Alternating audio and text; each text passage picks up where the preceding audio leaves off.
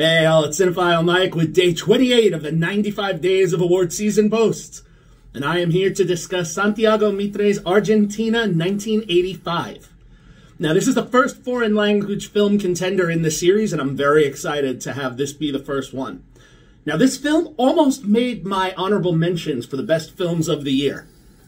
Now a little bit about the story. Argentina 1985 is the true events of the 1985 trial of the juntas, where the federal prosecutor for the country, Julio Cesar Stracera, who's played by Ricardo Darín, along with a young lawyer named Luis Moreno Ocampo, played by Peter Lanzani, and a group of newly minted law students who take on the dictators and other military individuals who participated in the Dirty War.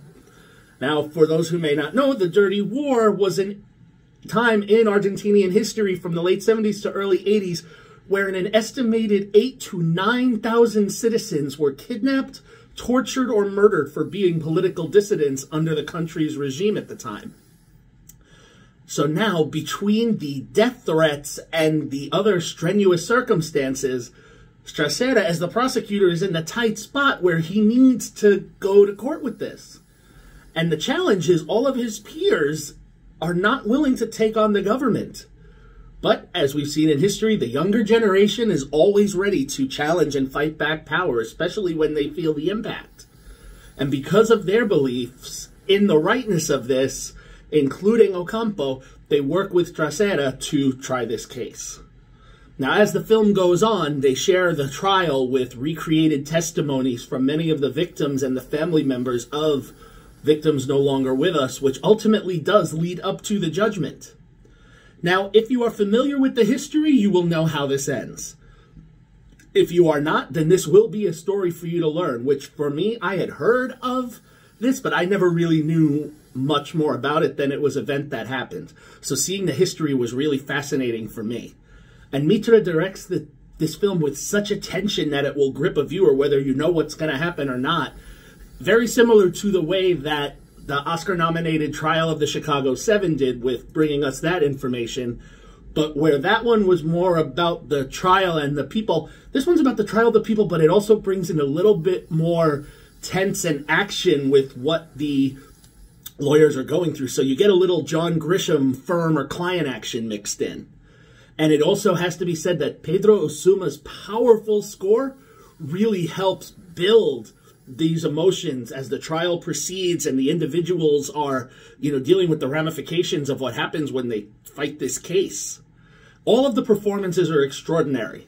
Especially, I want to shout out the supporting role of Javier, Stracera's son, played by Santiago Armas Estevarena, who, as a young boy, he provides just that right amount of smart aleck and snark, but in a way that's good. His father even has him read part of his statement, so it's almost like he's an unofficial member of the team. So he is a very enjoyable part of the film. I enjoyed each time I got to see the son. Now, like many films that attempt to cover legal topics, a lot of the underlying issues sometimes, as we know, get glossed over for the purpose of engaging the audience, but Mitre is successful in doing both. He entertains the audience, but really gives enough of what was happening.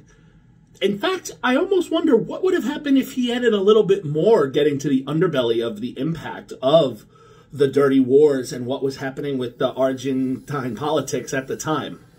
The movie was 2.5 hours, but it was so engaging, I actually would have sat through another 30 minutes to get even more information.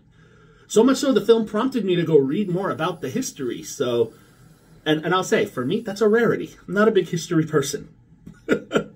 Now, as it is for the Golden Globes and Critics' Choice Awards, it will almost definitely be a nominee for Best International Feature.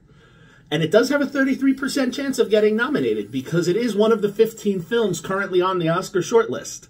And those nominations are coming up in about 2 weeks, so we will see if that prediction is right and it holds true and it grabs one of those 5 spots.